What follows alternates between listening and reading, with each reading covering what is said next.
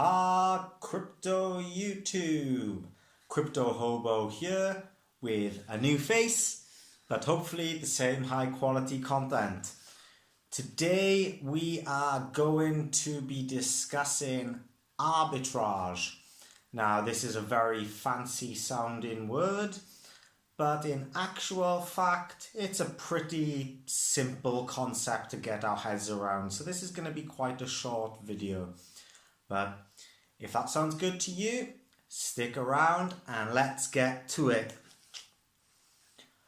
Okay, so in its very basic premise, all arbitrage actually refers to is buying goods or a product or an asset, buying something in one place where it is one price, and selling it somewhere else where the price demand is more expensive. And this ultimately can create an opportunity which is considered to be, people say, risk-free, but I've always maintained in my previous videos that I do not like this phrase at all. I do not believe anything is risk-free. But it's certainly a low risk opportunity for people who are able to execute it effectively. Now, say for example we've got a market selling apples, and in market A the apples are $1 per kilo or £1 per kilo. Then we go to market B and we see that they're selling apples for £2 per kilo or $2 per kilo. It doesn't take a genius to know that we can go to market A, buy a kilo of apples, take it to market B, sell the apples at market B, and we will make the difference in profit, $1 or £1 per kilo. Yeah? And this is precisely the same in crypto. Maybe an asset, a digital asset, a cryptocurrency such as Bitcoin is trading for one price on one exchange.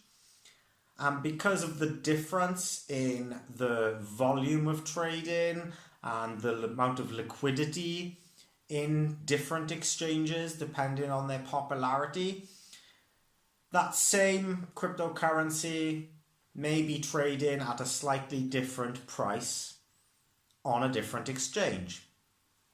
So there is opportunity here to make some relatively low risk profits by buying on one exchange and selling on the other.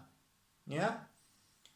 And obviously, I would hope it is obvious, but in case it's not, given that prices tend to fluctuate quite a lot, cryptocurrency especially has a high volatility in its markets.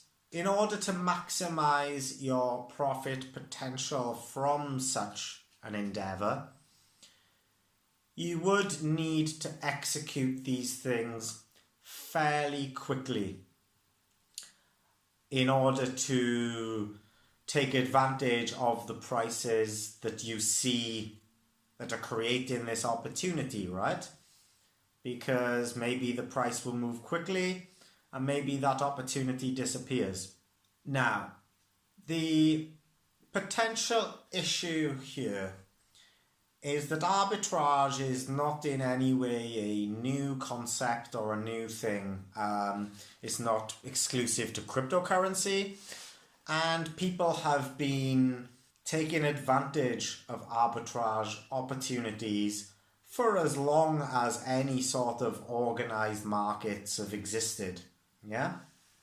So, in this digital and technological age, it stands to reason that if the quickest way that you can perform these arbitrage opportunities maximizes the potential profit yield, then automating this process would be the most optimal. And you can program your own arbitrage bots. And this is what many people do. If you're a coder, or if you're interested in learning how to code, it's the kind of thing where rather than trying to learn the entire language and the entire syntax and every possible function all in one go before you even do anything, programming is one of these things where it's best learned by doing. So even if you're not somebody who's ever coded before, it can be a really good idea to take something that you really want to do, such as arbitrage, and do some research on how to code an arbitrage bot. And this isolates the project, It isolates your learning within a specific project. You have a specified aim and a goal. You have an idea of what the function needs to do. It needs to be able to ultimately check the prices in different exchanges and find where the prices vary the most. Buy at the one that's the cheapest and sell at the one that's the most expensive. And so limiting your coding learning or programming learning into a little arbitrage bot is a great way to start on your coding journey if this is something that you would like to do. Now, it is possible to do these things manually, but of course this is going to be much more time consuming and it's going to leave you far less reactive to the prices at any given moment in time. This could work to your advantage, I guess. If the price happens to create more of a difference in the time that it's taken you to execute the arbitrage, then obviously that's going to be more beneficial than if the bot had executed it almost instantaneously, right? But in most cases, I'd say that it's probably going to be most advantageous for people who can code an arbitrage bot. And it doesn't necessarily have to be super complex. You could start just by coding a bot to compare two of your favorite exchanges and just watching how it does this before you even commit any capital to the buying and selling of assets. Just run the bot with zero capital and just watch how it performs. And then what you can do is take that performance and compare it against what the net profit would be. And this, I guess, is where the biggest issues come in with arbitrage, is that it's not just enough to buy at one place and sell at another exchange and then boom, you've made profit. Yeah? Whilst that is the underlying crux of it, every exchange has some sort of transaction fees. If you are buying on a day trading exchange, then whilst you are keeping your order open, you may be subject also to the funding rate, which is basically a level of interest that is applied by the exchange for the time in which your trade is open. But for arbitrage, you're mostly going to be dealing with spot, the underlying asset. You're buying the Bitcoin or the Ethereum or the Litecoin, whatever it is, at one exchange and selling it at a different exchange. Yeah. Now, you could do this instantly, where you see it is different in price from exchange A and exchange B, or you may do it over a longer period of time. So maybe after observing many exchanges and across the market, maybe I notice that there's one particular exchange where occasionally, when all other things are equal, because of its excess liquidity or because of its insane popularity or high trading volume, maybe there's one specific exchange which generally has the lower prices. Yeah? So you could slowly over time accumulate at these lower prices, and then you may notice there's another exchange which generally, compared to the market, has higher prices. And you could wait for these sort of levels to trigger before then ultimately committing to the execution of the arbitrage. But if you were going to do this, you would also have to bear in mind the market conditions, because, as we've said, crypto is extremely volatile and the pricing is very subject to change. Yeah.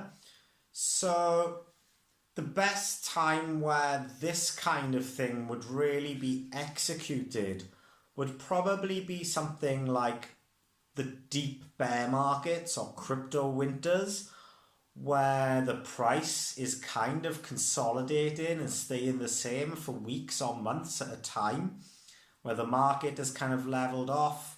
There's no real volatility or no huge volume anywhere. And this gives you a bit more time to execute your arbitrage. Yeah. Looking back, for example, to the 2017-2018 crash.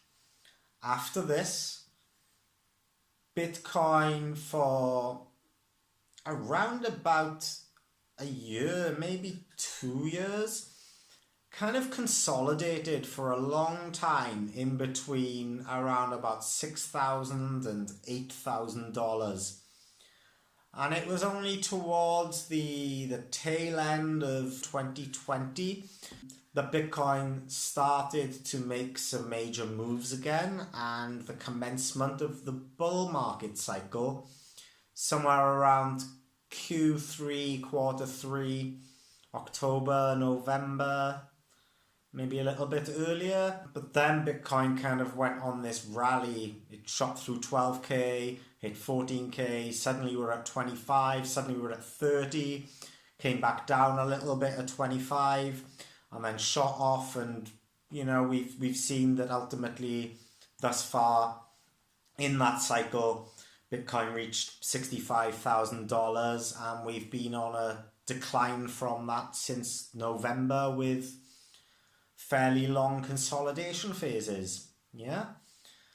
So this might be something, given where we are in the market, particularly, that might interest some of you. It might be worth looking into now in preparation for the kind of likelihood, I think, given the macro situation, that we probably are heading into a bit of a bear market now. Those of you who have watched my previous videos will know that I am bullish above 28k, and $28,000 is the Bitcoin level which I feel is significant for the bottom falling out of the market and us really actually heading into a full bear market, or crypto winter as it's often called.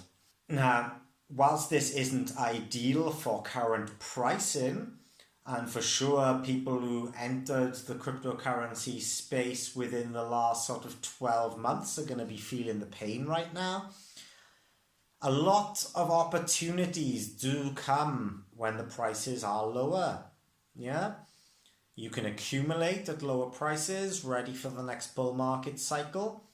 But also something like these arbitrage opportunities can also present a unique way to have a fairly low level of risk and a fairly high level of potential reward. But it's not something to go jumping into. Yeah, on this channel we eschew education, information, self-determinism, independence and self-empowerment. But all of these things come with the aim of improving one's financial literacy and hopefully over time, wealth.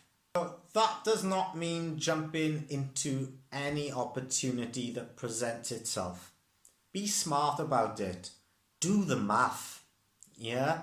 Make sure that you take account of the tax liabilities in your specific jurisdiction for capital gains tax and any other fees or policies or regulations that apply to you as an individual specifically in your jurisdiction, because this differs for us all and nobody's an authority on this. You are the authority.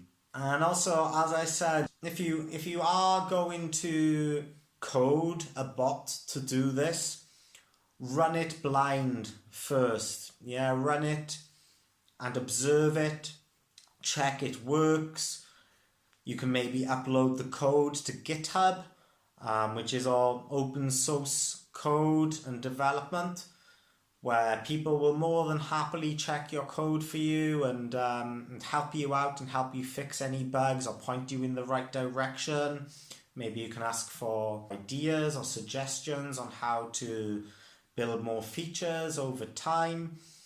But just in the same way that many exchanges offer what's called paper trading, where it's a simulation, you are not trading with your actual money, and it's a way of basically learning how to trade, how all of the features work. This is a really good idea, you know? Nobody buys a car without test driving it first. Yeah? You want to make sure that everything runs smooth, everything is as you expect it to be, and then if that is the case, you have the confidence to buy the car. Yeah, if it meets the price that you desire. And the same with trading, you know? You should never be going into any of these things blind. And you should not be running a trial and error kind of process, because that is a good way to lose a lot of capital. Test everything first. Just like scientists. You formulate a hypothesis. What do I think is going to happen? What do I expect to happen? Let's test it. Let's observe the results. Then evaluate. Was I correct? Was I incorrect? To what extent?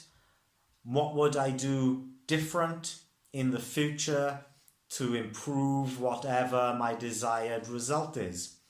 Take a very, very clinical and scientific approach to all of these things, whether it's investment in spot trading, whether it's day trading with leverage and margin, which we discussed in the previous video, whether it's anything like getting a mortgage, the same thing. You don't just get the first one that is offered to you.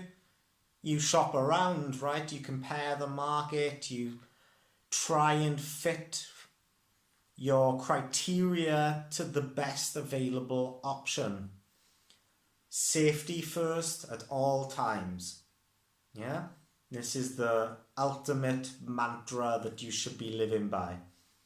If you can protect your capital, that is the first step to wealth. Nobody gets wealthy by risking their capital and more often than not losing their capital. Yeah, you're just going to end up back at square one over and over again. One thing to consider also with arbitrage is that if you are going to start out with it, maybe it would be wise to start out using assets that you would like to hold anyway. Because then, if anything does go wrong for whatever reason, and things can go wrong, which is why I don't call it risk-free as is out there, the worst that comes to the worst is that you have accumulated an asset that you are happy to hold in your possession, to acquire. It's probably not a good idea to just look for some random altcoin or micro cap or shitcoin that you've never heard of before, but you see that there's this great arbitrage opportunity. Because ultimately, if you end up buying here and you miss the boat, an opportunity to sell on this exchange for a higher price and to make that profit, you are going to be stuck with either selling that asset for less than you intended to, or if the selling opportunity disappears, you're stuck with the asset. And then maybe you have to start selling it at a loss or whatever. So that's just something to bear in mind. But anyway, don't want this video to be long, and that is basically all about arbitrage in a nutshell. If you like today's content, please give me a like and a subscribe. Let me know in the comments what you think. Have you tried arbitrage before? Have you coded a bot? Did you experience any issues? Do you find a specific programming language particularly useful to use?